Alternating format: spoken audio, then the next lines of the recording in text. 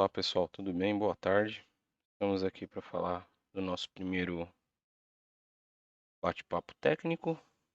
Assim como estávamos conversando na última semana, primeiramente eu quero agradecer toda a interação que vocês tiveram com as perguntas que eu coloquei, né? Por todo o suporte que vocês têm dado aí em relação ao Insta aqui. Como o pessoal respondeu a caixinha de pergunta lá com alguns temas que gostariam de ver aqui, eu uma das maiores perguntas foi a respeito do dimensionamento de fios. Eu vou tentar trazer um pouquinho para vocês. Vocês viram que tem uma porçãozinha de fios aqui. E vou tentar trazer um pouquinho do conhecimento adquirido ao longo dos projetos, dos cursos que foram realizados, para tentar esclarecer um pouquinho a respeito dessa questão do dimensionamento. Beleza?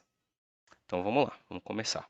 Então, quando a gente fala do assunto de dimensionamento de condutores, ou então de fios, né?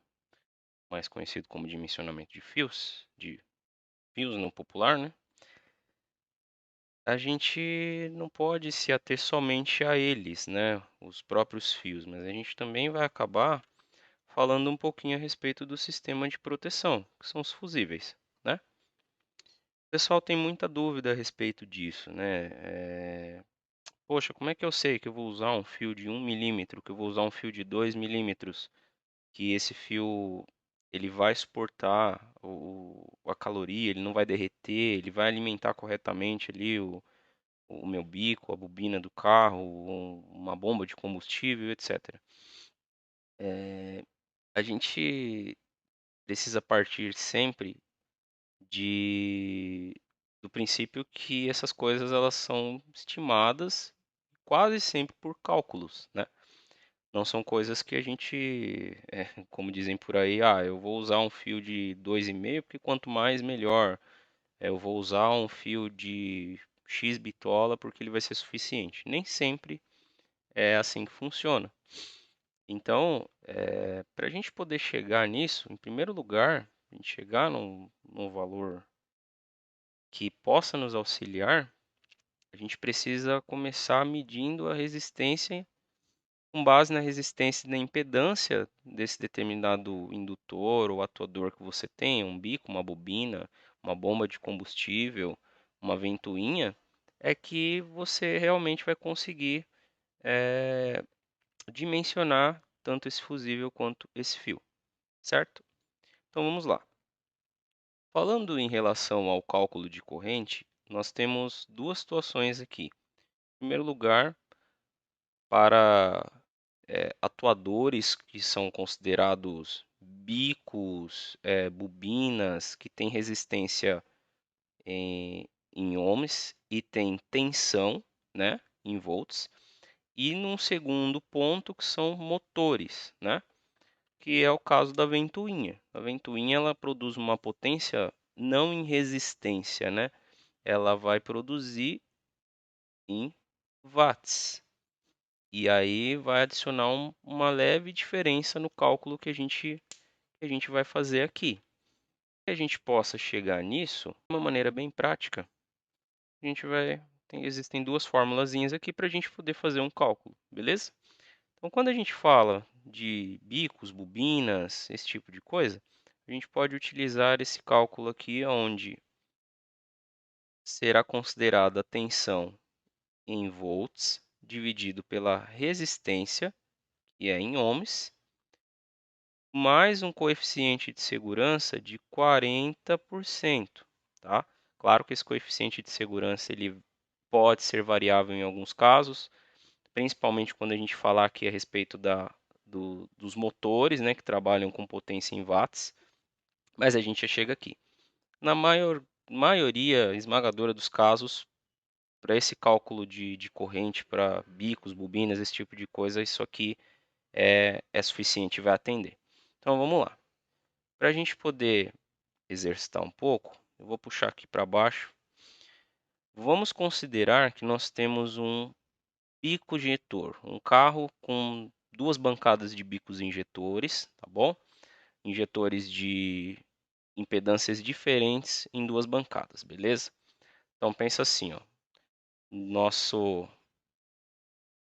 vamos fazer aqui do banco A e vamos fazer aqui do banco B de injetores desse carro, tá bom? Onde o I aqui vai ser a tensão de trabalho do carro, que seriam 12 volts, tá bom? E aí vamos pensar que esses bicos desse carro, eles produzem uma resistência em ohms de 12 ohms, tá bom? Então, você vai dividir 12 volts por 12 ohms, você vai chegar num resultado de 1 ampere, né? Obviamente, eu já fiz esse cálculo só para trazer para vocês, para a gente acelerar o nosso processo aqui, senão fica muito maçante o vídeo. Que 1 ampere vezes, vamos pensar que é um carro 4 cilindros, vezes 4 bicos. Então, se você tem 1 ampere vezes 4 bicos, você vai ter 4 amperes aqui sendo requisitados pelo banco A, beleza? Vamos guardar esse valor aqui. Quando a gente fala do banco B, vamos considerar que seja a resistência vai ser, a tensão, perdão, vai ser a mesma coisa, né? 12 volts. E eu vou ter aqui 3 ohms de resistência, tá bom? Isso aqui vai nos dar um resultado de 4 amperes, beleza?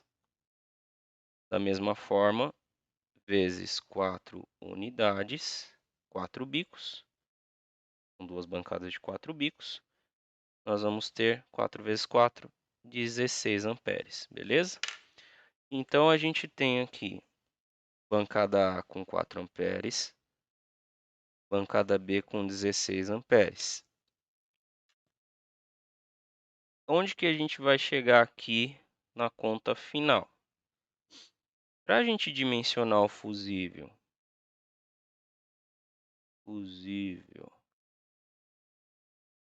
e o condutor, nós vamos colocar, então, esses 4 amperes da bancada A, mais 16 amperes da bancada B, beleza? Isso aqui vai nos dar 16 mais 4, 20 amperes, beleza? Esses 20 amperes mais 40%, que é o nosso coeficiente de segurança que a gente está colocando aqui, vai nos produzir um resultado de 28, tá? Como a gente não tem comercialmente falando, né, dentro do mercado um fusível de 28 amperes, a gente pode arredondar isso para cima. Então, para esse nosso caso aqui, seriam 30 amperes, beleza? 30 amperes. O fusível. Beleza? Fusível de 30 amperes. Assim a gente fez a continha aqui para a gente chegar no dimensionamento do fusível. E aí, obviamente, vocês vão perguntar, tá bom, e agora para chegar no condutor? Com esse mesmo valor de 30 amperes, vocês estão vendo no vídeo agora, a tabela AWG de fios e condutores, que é um padrão internacional utilizado. E aí percebam que essa tabela que a gente está usando, ela tem o número AWG, ele tem uma coluna de diâmetro por milímetro, que você pode medir a parte de fora, né, com a capa ali, vamos dizer. Apesar de que isso não é meio que um padrão, depende do tipo de fio que você está usando.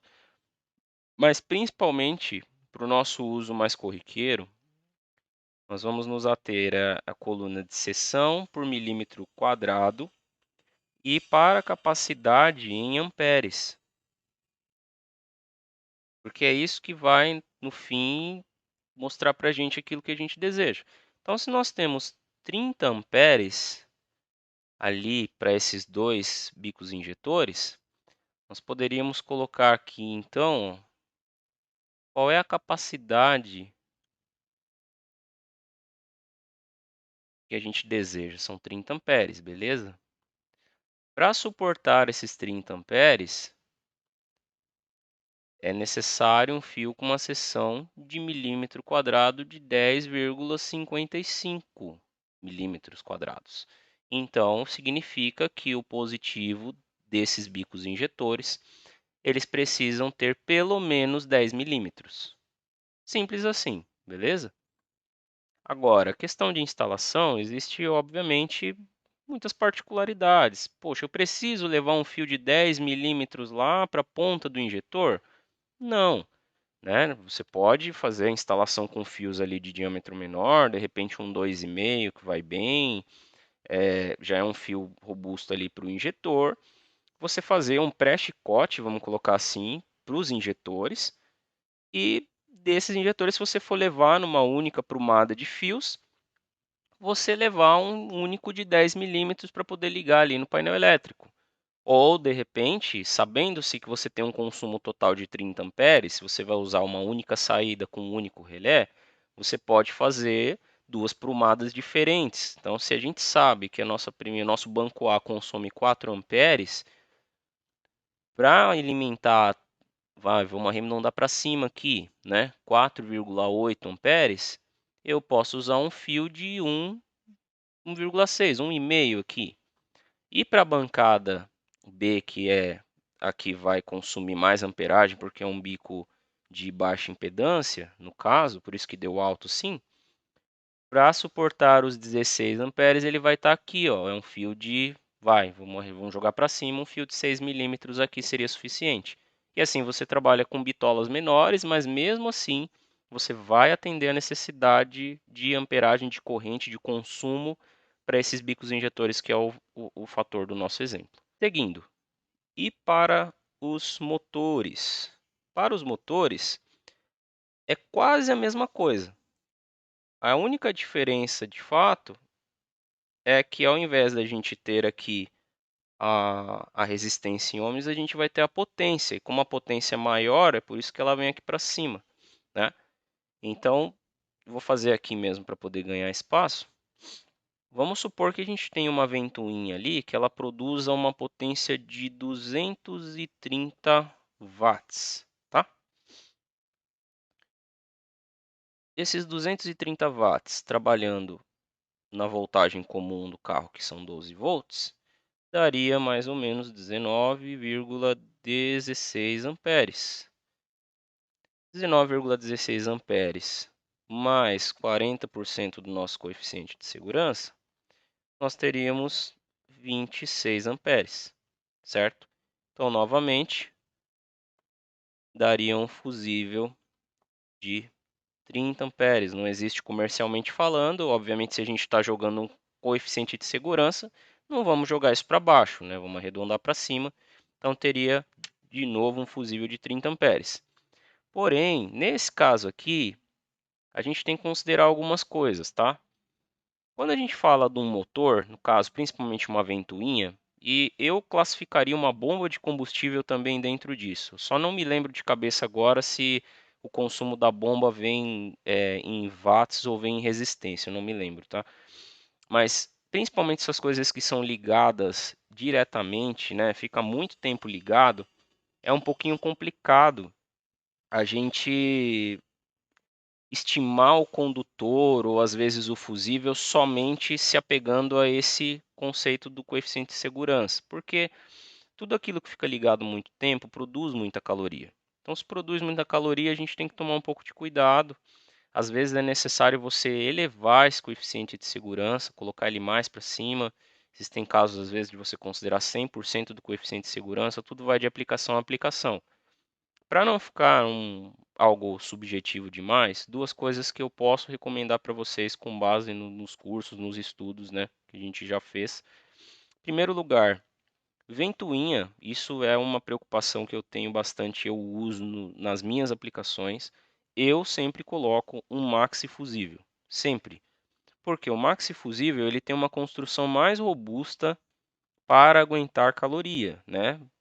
Não são raros os casos, já vi meus primeiros carros, né, antes de eu estudar e fazer cursos, Já tive carros que derreteram fusível de ventoinha e já vi de muitos amigos derretendo também, sendo o fusível comum, o comumzinho, né?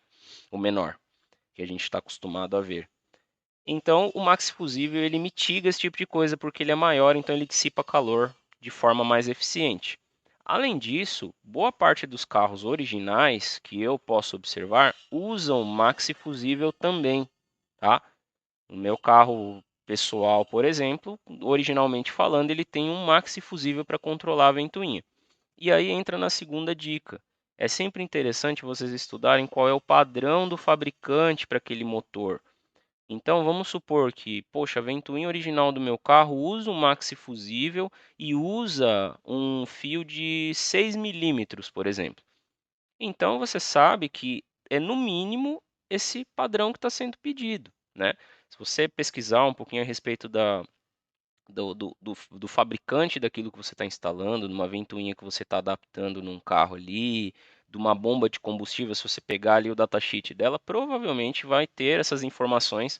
Alguns fabricantes às vezes até já diz qual é o tipo de fusível, a amperagem do fusível e a bitola do condutor que você tem que utilizar. E dessa forma você consegue fazer a instalação e a aplicação no veículo que vocês estão se propondo, especificamente nessa parte de motores, de uma forma muito mais segura e eficiente. Agora eu gostaria de trazer para vocês algo, um bônus, vamos dizer assim, já que a gente falou bastante do dimensionamento de condutores, gostaria de falar um pouquinho também sobre os tipos de condutores, né? É,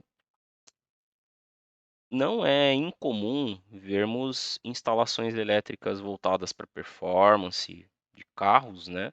No nosso caso, carros customizados, que são utilizados fios comuns, né?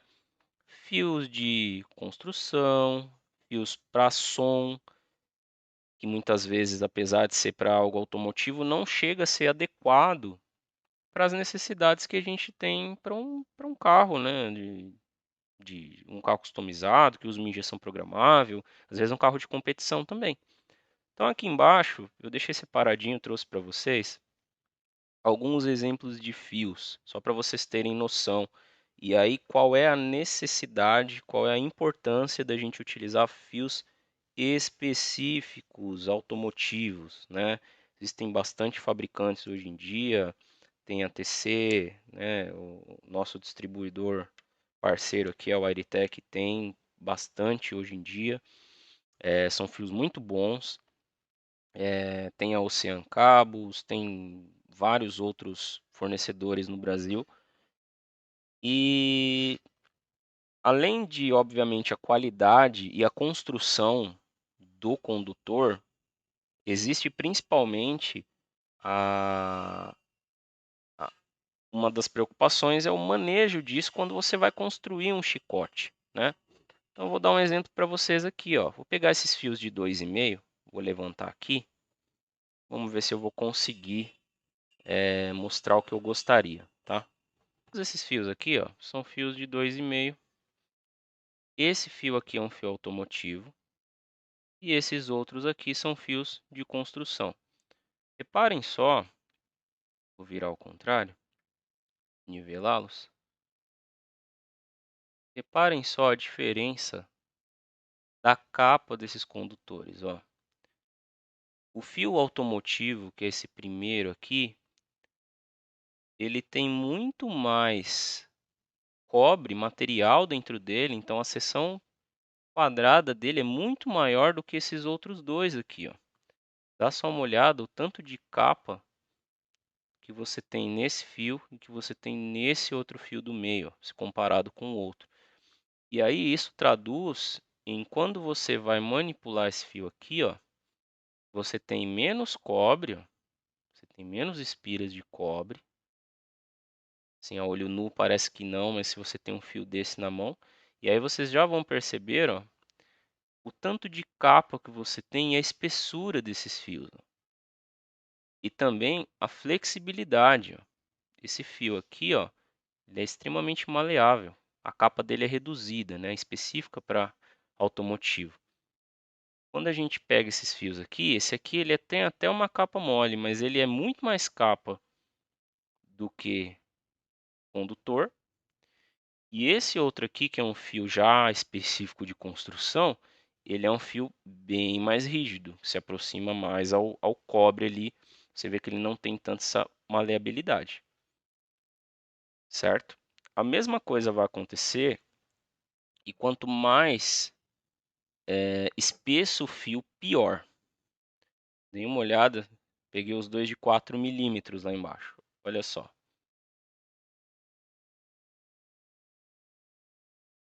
Reparem a quantidade de material que tem dentro desse fio aqui. Deixa eu dar um foco.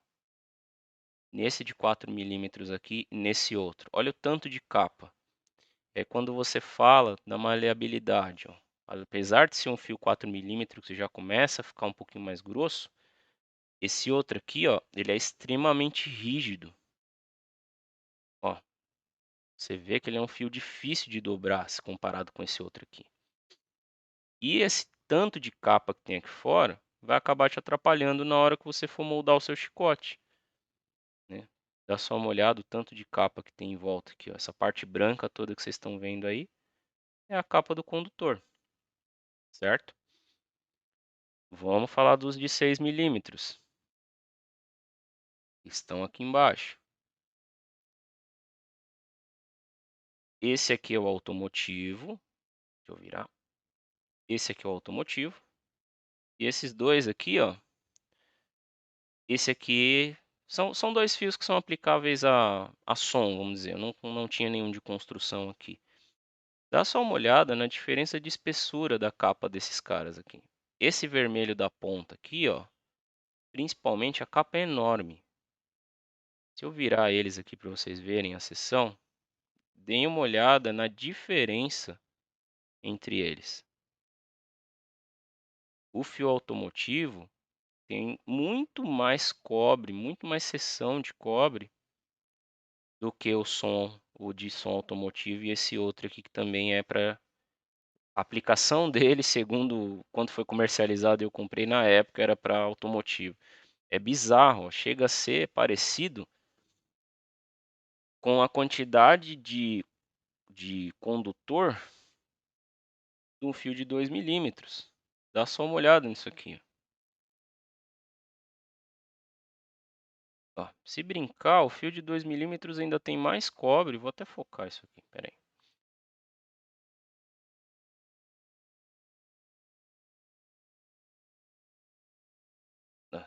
Se brincar, o fio de 2,5 ainda tem mais cobre do que esse outro fio, que é considerado um fio de 6 milímetros, tem uma capa enorme, é até maleável, mas é muita capa. Se você comparar esse fio com esse fio de 6 milímetros, olha a diferença, é quase que metade da capa. E aí isso vai te dar dificuldade para você moldar o seu chicote, para você fazer ali um bom trabalho na hora que você for fazer toda a parte de instalação da elétrica mesmo, né? Então, pessoal, até me desculpem essa parte, que a parte da gravação aqui eu ainda estou me acostumando, como fazer, posição de câmera e tudo mais. Tentei deixar o mais, como é que eu posso dizer, o mais claro possível as diferenças para vocês, né? Eu sei que isso não foi exatamente pedido, né, no tópico, mas eu achei que é interessante a gente falar um pouco a respeito dessa parte. A conclusão é o seguinte: o fio de som, o fio de construção, ele é um fio ruim? Depende. Depende da aplicação. Então, principalmente, a gente vai ter que pensar na aplicação. Para a aplicação que a gente deseja, que é a performance, é um chicote customizado para performance, para funcionamento do veículo, não são fios adequados. Então, um fio de construção, um fio de som automotivo não vai ser adequado para você fazer esse tipo de trabalho com um nível de qualidade aceitável, né? Eu já utilizei esse tipo de fio, inclusive essas sobrinhas que eu tenho aqui são dos primeiros trabalhos que eu fiz. Eu comecei a fazer esse tipo de coisa ali em meados de 2018 e desde então é só depois de estudo, de aprendizado, é que a gente entende que esses materiais não são adequados para o uso que a gente deseja. A gente começa a buscar informações com pessoas, com parceiros, encontrar fornecedores e, incrivelmente, não é caro, tá? Quanto eu imaginava, por exemplo, eu imaginava assim, então o fio automotivo vai ser muito caro para usar. Cara, às vezes o fio de construção na loja de material de construção aqui da esquina de casa costuma ser mais caro do que um cabo desse TC aqui, que tem muito mais qualidade para a aplicação que eu preciso. Então, tudo vai depender da aplicação que vocês desejam e o uso que é feito. Então, fio de construção, na construção, tá? Fio de som, eu diria que é questionável, porque de repente até esses fios aqui que são automotivos são melhores do que esses fios que são vendidos no mercado aí como denominados para som, tá? Nada contra quem usa, mas eu particularmente não usaria. Então vamos separar as searas. Fio específico para automotivo, usa fio automotivo de qualidade. Deixa o fio de construção para a finalidade da construção civil mesmo. E é isso aí, pessoal. Eu gostaria de agradecer vocês que estão aí assistindo esse vídeo. Obrigado pelo tempo de vocês. Eu espero que o conteúdo tenha feito sentido. Lembrando, eu não sou um profissional do ramo, faço por hobby hoje, apesar de já meio que se encaminhar para o nível profissional, mas estou muito longe disso, tenho muito a aprender. Aprendo sempre com vários profissionais que eu acompanho por aqui. Mas devagarinho a gente tenta crescer e compartilhar aquilo que temos aprendido com todo mundo. Afinal de contas, eu comecei dessa forma um dia, né? Vendo conteúdos compartilhados, bons conteúdos compartilhados por bons profissionais e graças a Deus tem dado certo, tenho montado alguns projetos bem bacanas, tenho tido oportunidade de cada vez mais de expandir o trabalho e começar a construir uma base de conhecimento, um portfólio de projetos legal. E a ideia é continuar fazendo isso. Se esse vídeo fez sentido para você, se você gostou, curta aí, compartilhe com seus amigos que gostam desse ramo, com pessoas que você conheça. Nos ajude a expandir essa rede de pessoas, não apenas aqui por conta do Instagram da Garagem 69, né, da minha garagem, mas principalmente para que mais pessoas tenham acesso a esse tipo de informação que muitas vezes não é tão esclarecida. Vale lembrar, todo esse tópico aqui que a gente dissertou e muito mais coisas relacionadas a essa parte de fios, de instalação, estão disponíveis no curso de instalação profissional da FT Education, tá? Eu vou deixar o link para vocês aqui na descrição. Vocês também podem procurar lá no site da FT Education. É um conteúdo muito bom, vale muito a pena. Foi um dos cursos que eu fiz e que me ajudaram bastante a conhecer um pouquinho mais desse mundo e, de fato, fazer subir de nível os trabalhos que eu estava entregando, tá bom? E é isso aí. Muito obrigado, um abraço, até a próxima.